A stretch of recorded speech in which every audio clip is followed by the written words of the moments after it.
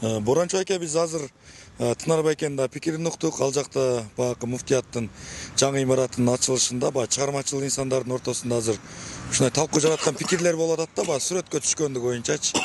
Ошол боюнча сиздин пикирлериңиз кандай? Ким менен сүрөткө түшкөн? Райым Матраимов менен сүрөткө түшкөндүгү боюнчачы. Биринчи ассаламу алейкум. Чыгармачыл инсандардын көз карашы эми алар саясатчы эмес да. Ошон үчүн өздөрүнүн оюн айтса керек. Бирок мен мындай, эгерде райым маселеси болсо, мен мындай деп айтар элем да. Кыргыздын кыйын жигиттери бар. Мен өзү райым менен учурашып да көрүлөкмүн, жолугуп да көрүлөкмүн. Сыртынан угуп жүрөм эл катары эле. Анан эми баягы мен чыгармачыл кесиптештериме салыштырмалуу мен жолуксам сүрөткө түшүп коеюн дедим эле. Жолуга элекмин менен. Аякта кенде жолуга элекмин да. Анан мен мындай деп түшүндүрүп айтат элем да. Бир илгери басмачылардын учурунда, башка улут өлкө келип туруп биздин баягы эгемендүүлүгүбүз үчүн мына майрам болуп атпайбы эгемендүүлүк. Ошонусу алып өздөрүнө диктовать этип, өздөрүнүн баягы када салттын, үрп адаты, маданиятын бизге түртүп атканда, бизде басмачылар чыккан да. А басмачылар ким десе, ал ошо биздин эле патриот, кыргыздын када салтын сактап калыш керек, элин сактап калыш керек, дилин сактап калыш керек деп чыккан да. Анан ошол басмачыларды, же кичине анча-мынча ой жүгүртө алган, элдин арасынан чыккан тыңдарды ошолорду жок кылыш үчүн адегенде алар элди кайдыгер кылыштын жолун ойлоп табышкан. Кантип? Түн ичинде басмачы болуп кийинип келип, айылды талкалап өрттөп, анан эртеси күнү кайра айылдын арасына сөз кылган. Түндө баланчанын баласы басмачы келип, тигинин түкүнчөнүн баласы басмачы келип, өз элин келип өрттөп, мотуп кетти, тигинтип кеттир деп туруп, элге басмачыларды жаман көрсөтө баштаган да. Анан өздөрүнүн туугандарын өздөрү жаман көрө баштаган. Ошон үчүн атасы баласын жашынып жаткан жерин айтып койгон учурлар болгон. Кайерде тамак алып барып туруп, мына ошол жерде жатат деп аркасына ичип барып көрсөтүп койгондор болгон. Себеби алар өздөрү келип түн ичинде өздөрүн өрттөп атат, өлтүрүп кетип атат деген да. Тигилер өздөрү ушундай саясат жүргүзгөн.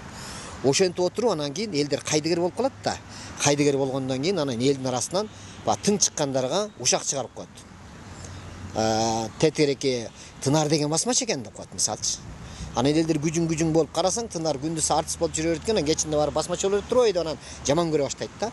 Ошентип жаман көрөт, анан бир күн элдин баары кайдыгер болуп баягы өзүнө чыккан тың балдарды жаман көргөндө, анан бир күн өздөрү өлтүрүп коет дагы, өлтүрүп койсо эл минтип чыгат. Рас эле кылат ошону дейт. Ал ошону көрмөк дейт. Ал басмачы болчу. Түн ичинде келип туруп бизди өлтүрүп коюп, күндүз минтип жүргөн депчи. Ошо сыңарындай бизге мынакей Ырайымдын сүрөтүн алып чыгып алып, көрсөтүп, чурулдатып, муну жаман көрсөтүп атпайбы? Ошол сыяктуу эле биздин балдарды, тың чыккан балдарды өзүбүздүн ичинен сырттан келген душман өзүбүздүн ичибизди аралаштырып, элди кайдыгер көрсөтүп, жаман көрсөтүп коет да. Чындап карап көргөндө арабызда мынакей көп жигиттерибизди өзүбүздүн тың чыкмаларыбызды өзүбүз алып барып туруп, илгери анан кийин шаардын четине алар чыгарып барып анан аты коюп атпайбыз, өзүбүз. Ошол сыяктуу азыр дагы элдин арасынан тыңыраак чыккандарды өзүбүзгө душман көрсөтүш үчүн аракет кылышат. Ошондой эле бир жигиттердин бирөөсү деп эле мен билем, Райымдычы. Мисалы аны деле бизге жаман көрсөтүп атат да. Демек аны болбосо ал ошончолук эле жаман болсо, ошончолук акмак болсо, анда аны бир чара көрсөтмөк да турабы? Буга чейин текшермек, көрмөк, иштер эмне болуп атат, же камап коймок эмгиче чап келип турабы?